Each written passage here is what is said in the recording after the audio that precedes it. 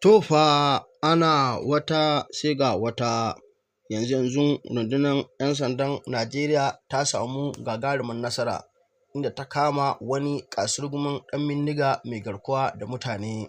Shi dai wannan ɗan bindiga asirin shi ya tonu ne lokacin da suka zo za su yi garkuwa da wani bawan Allah, inda jami'an tsaro suka samu nasarar cafke wannan ɗan bindiga, sannan kuma aka kashe wasu.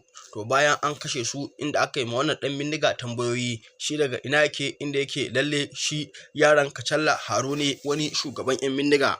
To amma dai ya ce duk da suka fito wannan hari domin su yi garkuwa da mutane, to lalle wannan ogan nashi Haro bai sani ba, ya ɗauko wannan bindigar domin ya zo ya garkuwa da mutane. Kaga ita kanta bindigan ya sato ta wajen shugabansu ne ba tare da izininsa ba.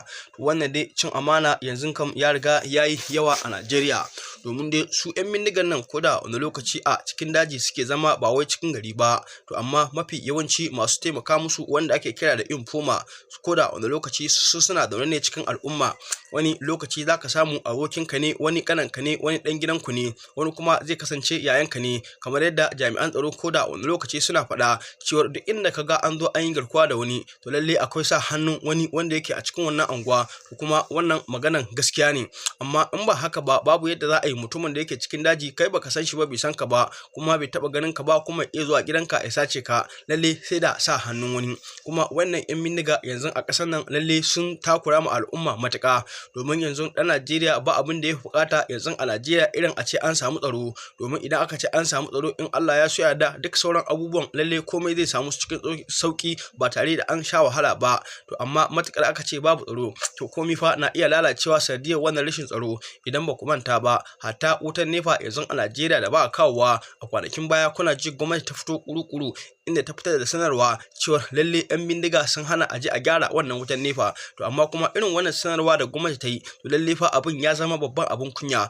To amma kuma su lokacin ba su tunanin haka ba, domin ita gwamnati ita ke fitowa ko da wani lokaci tana cewa lalle ta fi ƙarfin kowane mutum. To amma kuma ta ya za a yi ta fito kuru-kuru ta ce lalle 'yan bindiga sun hana a je a gyara wutar nefa? To kaga wannan mutumin, wannan maganan ya zama maganar banza, tunda ya kamata a ce dai duk inda kayan wuta yake na gwamnati ko kuma wani ma'aikata na gwamnati, to ya kamata lalle gwamnati ta jibge jami'an tsaro, sannan kuma ta nuna fawa na mulki. To amma idan aka ce gwamnati kanta tana son ta yi aiki, dan ta'adda ya hana ta, to kaga ina ga talakawa waɗanda suke shiga daji domin su yi noma ko kuma su ɗebo icce, wanda dai ayyukan da za a shiga daji a yi gasu nan barkatai, waɗanda baka isa kama lissafo su duka ba. To gwamnati ta ce ba za ta iya ba, to kaga ina ga talaka, kaga shi ma ba zai iya ba. Domin yanzu idan aka ce maka babu tsaro, daidai da noman nan da ake kullum ana samun abincin da za a ci, masu shiga daji domin su ɗebo gawayi, gashi nan dai ayyuka da dama wanda lalle sai an shiga daji ake irin wannan ayyuka. To kaga duk fa gaba ɗaya za su tsaya. To idan aka ce kuma wannan ayyuka sun tsaya, to tamkar fa ka ce mutane za su ƙare ne gabaki ɗaya. Dole dai an san rayuwa sai an ci sai an sha. Hatta su kansu wannan 'yan bindigan da suke wannan barna,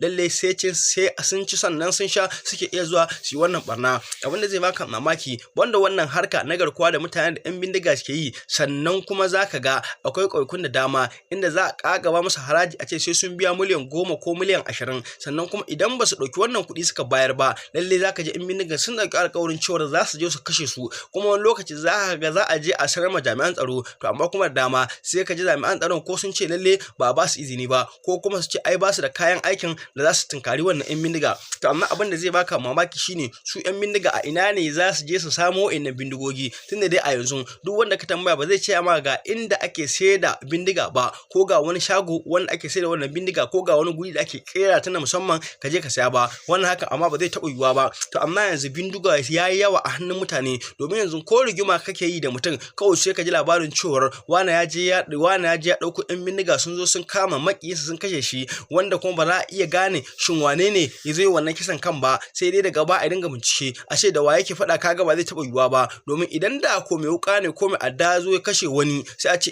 ai suna faɗa da wani, wancan abokin faɗa shi ko yayi laifin nan ko bai aikata laifin nan ba, haka za a kama shi a tirsasa mai a kai shi gidan yara tsare shi, dole ya amsa laifin da ba nashi bane ba. Amma ko idan da bindiga daga zo a kama mutum aka kashe shi, to wannan kowa zai ce a ai gwamnati ita kake da bindiga, kuma babu wanda isa ce bare zo tuhum gwamnati yayi dalilin da yasa ta kashewa ne. Kaga wannan ba zai yi ba, dole a hakuri a ce lalle sai a bar mu Allah. To lalle ya kamata gwamnati ta tashi tsaye, irin waɗannan yan bindigan da suke dama mutane suka hana mutane sakat, to lalle su ma ya kamata a hana su takar. Shugaban sojoji lalle ya bada izini duk inda waɗannan yan bindiga suke lalle a gaggauta kamo su domin a kashe su. To amma ko da wani lokaci abin da zai baka mamaki shine wani lokaci sai ga tare da jami'an tsaron su kansu ana iya samu wani lokaci su dauki makaman nan su sarma yan bindiga domin su zo su ta'addacin nan, su ma akan samu gurbatattu daga cikin su, lalle akan same su da irin wannan muggan laifuka. Dan Allah dan Annabi, dan yau ne farkon zuwan ka wannan tasha tamu, ka danna mana alamar subscribe, ka danna mana alamar kararrawa, ka yi share din bidiyon nan, ka yi like.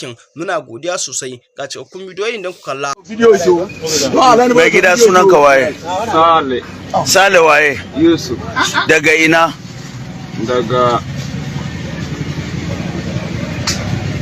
wannan Baballa. Daga Baballa. Me sana'anka?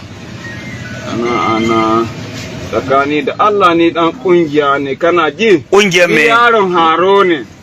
Tsakani da Allah bai san na taho wannan abu.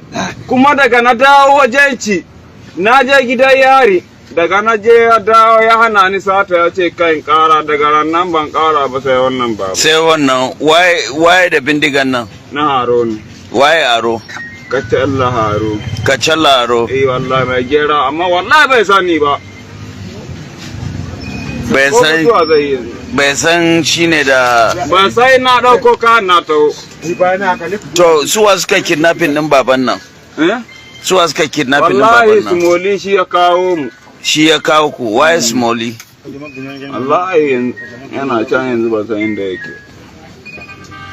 Shi ya kawo ku zo ku yi kidnapping din shi. Da kai aka je gidan? Ka buɗe baki, ban so ka yi min amshi da kai. Da kai?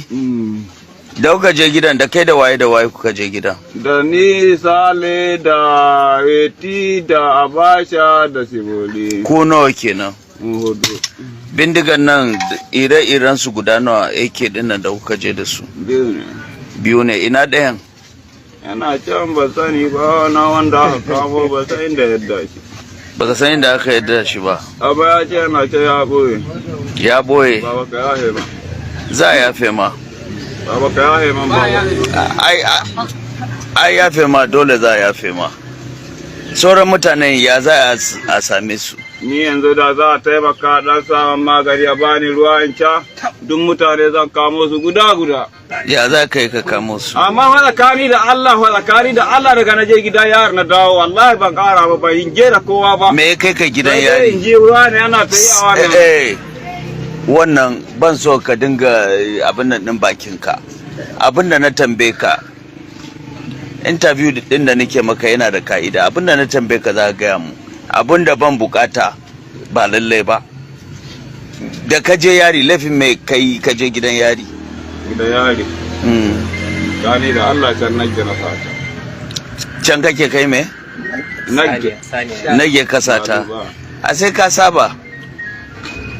Bana kuma shekara nawa kai a gidan yari? Shekara biyu.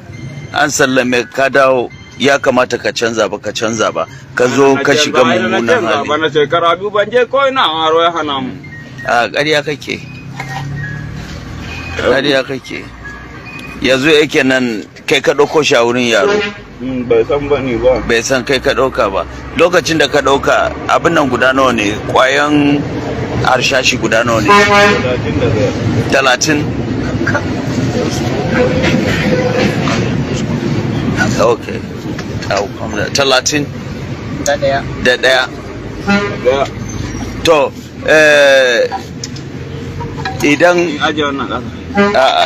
idan kana so nima alfarma, dole ka taimaka ma kanka saboda mu taimaka maka.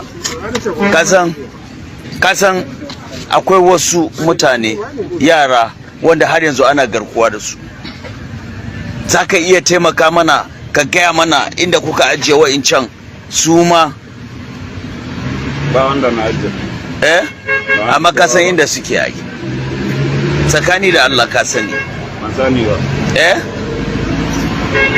to dama niyanmu idan za ka iya ka gaya mana gaskiya mu samu ni ha gaskiya zan gama kubtar da su saboda kai ma ya ma alfarma to tunda baka iya wannan ina gani ba wani alfarman da za yi ma kana ji oga tsakani da Allah don na ce ma na sani amma kwanan na an dauke su nan na ji an ce yaran ore gambar lishi ya dauke su amma ban tabbata ba amma yaran oren ka san su nawa ne